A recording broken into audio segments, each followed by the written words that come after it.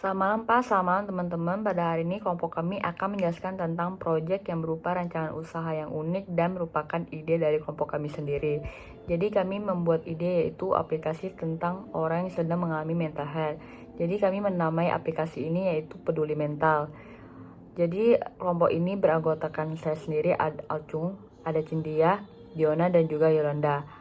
Oke, pertama saya akan memperkenalkan diri saya sendiri, yaitu saya Alcung Tasya, MPMC 241220 dari kelas 4 EMB. Jadi yang pertama akan dijelaskan oleh saya. Oke, yang pertama saya akan menjelaskan tentang profil perusahaan. Jadi Peduli Mental ini merupakan satu aplikasi yang dibuat pada tahun 2022. Perusahaan ini diciptakan dengan niat yang baik untuk memberikan solusi dalam bagaimana caranya agar dapat menjaga kesehatan mental masyarakat dengan baik. Dimana kan pada zaman sekarang itu banyak orang yang mengalami masalah dalam kesehatan mental. Itu disebabkan seperti beberapa faktor seperti faktor psikologis dan juga faktor biologis. Maka dari itu kami membuat ide untuk membuat aplikasi Peduli Mental ini agar orang-orang yang mentalnya mungkin agak terganggu atau sedang tidak baik-baik saja dapat menggunakan aplikasi ini. Karena pada dasarnya mungkin kita tidak sadar bahwa di sekitar kita banyak yang sedang mengalami gangguan dalam kesehatan mental. Dan juga biasanya itu orang-orang yang terkena mental itu lebih memilih diam saja atau tidak menceritakannya orang lain karena merasa takut dikucilkan. Oke, jadi aplikasi Peduli Mental ini merupakan aplikasi untuk membantu masyarakat yang sedang mengalami masalah dalam gangguan kesehatan mental. Dengan tujuan untuk memudahkan masyarakat yang takut untuk datang konseling secara langsung dapat langsung mencurhatkannya ke aplikasi ini. Jadi, aplikasi Peduli Mental ini dibuat dengan banyak fungsi yang akan berguna nantinya. Maka dari itu, orang-orang yang sedang dalam gangguan kesehatan mental hanya memilih saja dapat menyertakan ke aplikasi ini karena aplikasi ini akan sangat dijaga kerahasiaannya. Jadi, pengguna tidak perlu khawatir karena aplikasi ini sudah menjamin datanya agar tetap privasi. Di mana aplikasi ini juga bekerjasama dengan dokter spesialis dalam bidang kejiwaan yang cukup berpengalaman untuk dapat membantu para pengguna yang mungkin tidak berani membuka dirinya secara langsung. Aplikasi ini akan berisi beberapa bagian, seperti yang pertama ada analitik yang nantinya dapat mengukur seberapa perasaan emosional, kecukupan tidur, dan juga seberapa perasaan panik yang mungkin sedang dialami. Terus juga ada aplikasi yang berisi tentang informasi tentang mental health, di mana pengguna yang ingin mengetahui pengetahuannya lebih lanjut dapat mempelajarinya. Dan tidak hanya itu, informasi ini juga dapat membantu para orang tua yang ingin menjadi good parenting. Selain itu, aplikasi ini juga berisi beberapa playlist lagu yang tenang untuk didengar agar pengguna merasakan pikiran yang lebih tenang. Kemudian aplikasi ini juga berisi tentang breathing exercise atau yang disebut juga dengan metode pernafasan untuk memperbaiki dan meningkatkan kinerja organ tubuh pengguna terutama paru-paru yang dapat menghindari rasa cemas. Dan tidak hanya sampai itu, aplikasi ini juga ada informasi bagaimana caranya menjaga mencintai diri sendiri, dan aplikasi ini juga akan ada sekelompok komunitas di mana komunitas ini bertujuan untuk bagi pengguna dapat saling berbagi pengalaman masing-masing. Aplikasi ini sendiri juga ditujukan khusus kepada orang yang lebih susah membuka dirinya, tetapi secara umum aplikasi ini ditujukan untuk membantu masyarakat. Selanjutnya, visi dan misi perusahaan. Visi dari Peduli Mental ini yaitu menjadikan aplikasi ini yang dapat membantu orang-orang yang sedang dalam gangguan kesehatan mental dan juga meningkatkan kepedulian terhadap pengguna dan tidak mengucilkannya agar pengguna dapat nyaman menggunakan aplikasi ini. Terus ada juga misi Peduli Mental. Misinya itu yaitu menjadikan Peduli Mental sebagai jasa kesehatan mental dalam melayani kebutuhan masyarakat. Terus juga memberikan solusi yang positif yang mudah dimengerti dan masyarakat dan mencegah agar mereka tidak merasa kesepian. Selanjutnya, struktur organisasi. Struktur organisasi yaitu tugas dan tanggung jawab yang dimiliki Peduli Mental ini dilakukan oleh bidang-bidang yang sesuai untuk memaksimalkan kinerja. Bidang-bidang tersebut ditampilkan dalam struktur organisasi berikut. Yang pertama ada CEO yang bertugas dan tanggung jawabnya itu merencanakan dan menganalisis semua aktivitas fungsional seperti keuangan dan juga pemasaran. Yang kedua ada CTO, yaitu mengatur strategi perusahaan dalam mendorong infrastruktur teknologi. Yang ketiga ada CFO, yaitu mengawasi proses pelaksanaan keuangan suatu perusahaan. Dan yang terakhir ada CEO, mengatur berbagai macam sumber daya. Selanjutnya akan dijelaskan oleh kawan saya. Perkenalkan, nama saya Delverencia, FPMC 241236 dari kelas 4 NMB. Bab 2, tinjauan pustaka. Five Forces Composition Model. Five Forces Composition Model atau yang biasa disebut Porter Five Forces merupakan metode pendekatan yang digunakan sebagai cara menganalisis suatu industri dengan pengembangan strategi bisnis dan lingkungan persaingan. Kemunculan teori ini berdasar atas pandangan industrial organization menjadi perspektif dari manajemen bisnis agar setiap perusahaan atau organisasi mampu memperhatikan seluruh faktor yang terdapat dalam operasional seperti faktor internal dan eksternal. Selain itu, Five Forces Composition Model juga diartikan sebagai kerangka kerja untuk menganalisis lingkungan kompetitif perusahaan.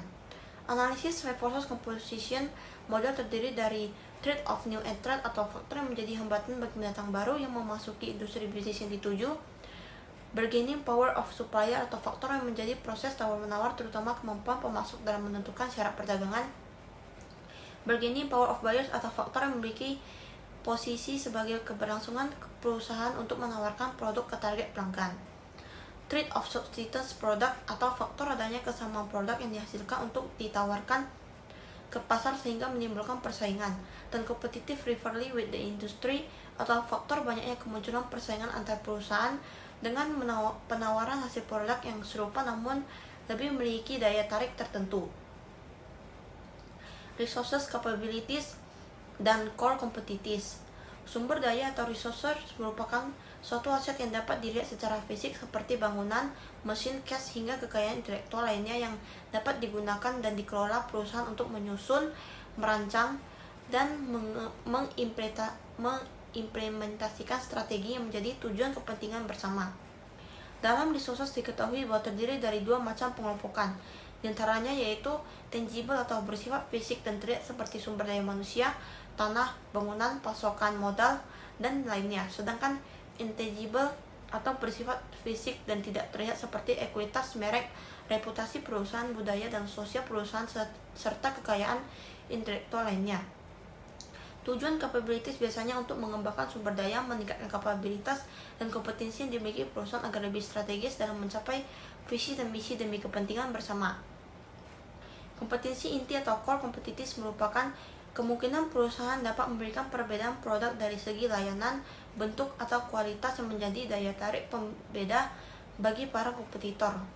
Hal ini ditujukan agar perusahaan mampu memiliki nilai lebih tinggi saat menawarkan produknya sehingga lebih mudah untuk menarik minat target pasar dan pelanggan.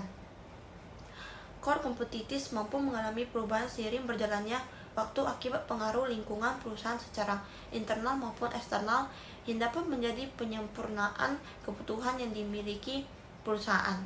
Selanjutnya ada strategi tingkat bisnis atau strategi tingkat bisnis merupakan suatu tatanan rencana yang mengelola dan merancang strategi bisnis agar memberikan nilai lebih pada target pasar dan pelanggan sehingga memperoleh keunggulan kompetitif yang bermanfaat melalui kompetensi inti secara efisien dan efektif. Strategi tingkat bisnis diketahui terdiri dari 3 elemen integral, diantaranya yaitu memberikan nilai kepuasan atau kebahagiaan bagi pelanggan, mampu meningkatkan pengembangan dan pertahanan terhadap keunggulan kompetitif, serta meminimalisir terjadinya kerugian kompetitif yang tidak diinginkan. Selanjutnya ada strategi tingkat korporat atau strategi tingkat korporat disampaikan sebagai suatu perencanaan yang disusun dan dikelola dalam kegiatan usaha apabila perusahaan akan bersaing melalui perubahan distinktif kompetitif menjadi competitive advantage. Secara sederhana diartikan bahwa strategi tingkat korporat adalah landasan dan pedoman dasar untuk mengatur dan mengelola seluruh susunan strategi pada tingkat yang lebih rendah seperti strategi unit bisnis dan fungsional. Hal ini bertujuan untuk mendukung dan menciptakan sinergi baik performa perusahaan. Selanjutnya ada strategi internasional. Strategi internasional merupakan upaya pemasaran dan penjualan hasil produk berupa barang atau jasa ke pasar yang berada di luar domestik perusahaan atau masuk ke pasar global.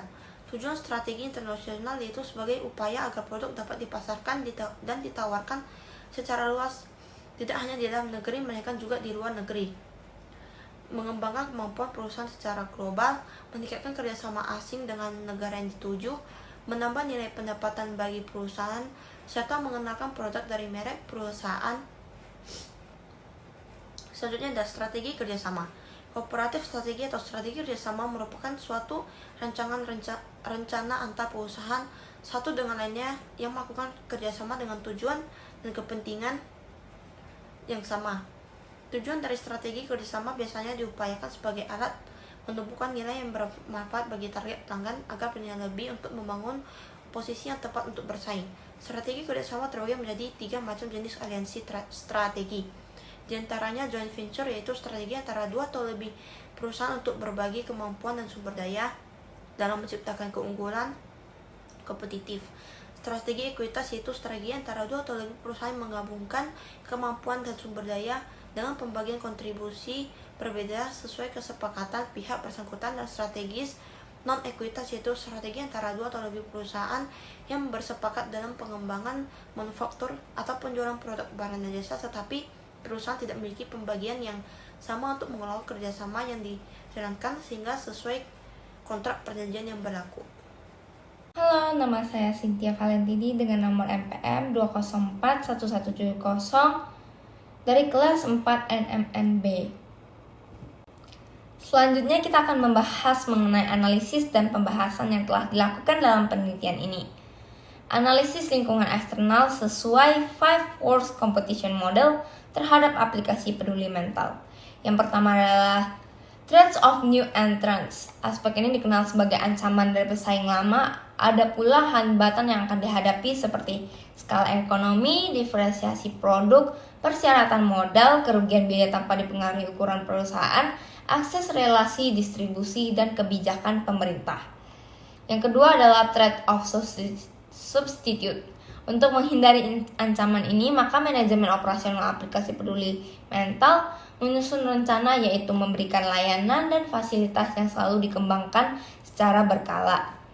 Yang ketiga adalah bargaining power of buyers. Kemungkinan adanya potongan harga yang diberikan peduli mental yang menyesuaikan event day tertentu untuk menarik minat para pengguna aplikasi. Yang keempat adalah power of suppliers. Aplikasi peduli mental memberikan harga dengan ketentuan tertentu terhadap kerjasama bagi para dokter. Terakhir, rivalry of competitors. Manajemen operasional peduli mental harus selalu berupaya mempertahankan kualitas dan kepercayaan perusahaan. Kemudian analisis pesaing terhadap aplikasi peduli mental.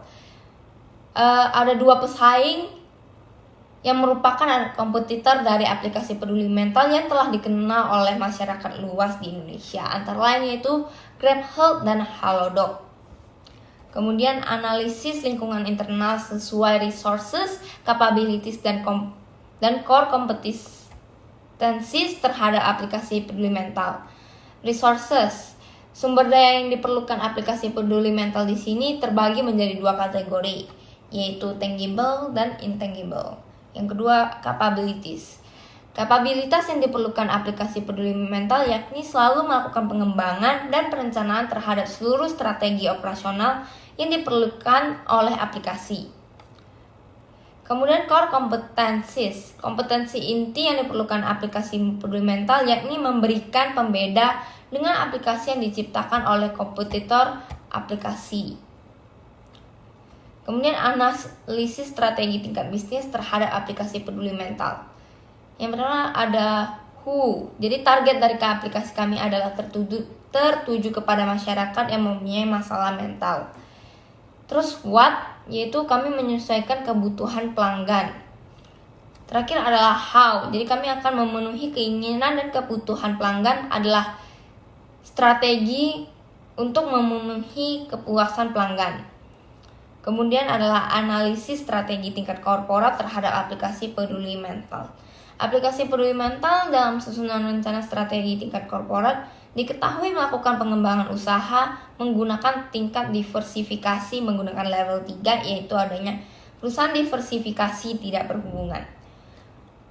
Terus yang terakhir adalah analisa strategi internasional terhadap aplikasi peduli mental. Aplikasi peduli mental bertujuan agar dapat memberikan perlindungan dan kepedulian yang membantu kalangan masyarakat di seluruh negara dunia, tidak hanya untuk masyarakat di Indonesia. Perkenalkan, nama saya Yolanda Alisa Fitri, saya dari kelas 4 MNNB, saya ber-NPM 2041179.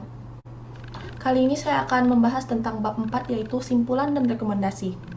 Berdasarkan penjelasan tentang rencana untuk merealisasikan rancangan jasa dengan mengembangkan berupa aplikasi bernama peduli mental, maka penulis telah menentukan berbagai macam analisis strategi sesuai dengan perspektif Five Force Competition Model, kebutuhan internal dan eksternal aplikasi, serta rencana sesuai strategi tingkat bisnis, strategi tingkat korporat, strategi internasional, maupun rencana pelaksanaan apabila melakukan kerjasama dengan perusahaan lainnya yang bergerak di bidang bertolak belakang. Sehingga adanya rencana terhadap mengembangkan aplikasi peduli mental, maka diharapkan banyaknya antusiasme dari kalangan masyarakat sebagai target pelanggan untuk saling memperdulikan kesehatan mental, serta para investor sebagai penanam modal usaha yang dapat mendorong dan membantu pelaksanaan dan pembuatan aplikasi peduli mental sesuai tujuannya. Selanjutnya yaitu rekomendasi. Dalam hasil penyusunan rancangan perusahaan jasa yang unik berbasis digital ini, maka penulis ingin memberikan rekomendasi yang berisikan hambatan yang kemungkinan dapat dialami saat mengembangkan atau merealisasikan aplikasi peduli mental, yakni mencari tenaga kerja yang ahli dalam pembuatan aplikasi yang sesuai dengan keinginan. Selain itu, menjalin kerjasama dengan pihak yang berkaitan dengan bidang kesehatan mental yang memerlukan waktu cukup lama untuk mengurus kepentingan berkas yang diperlukan.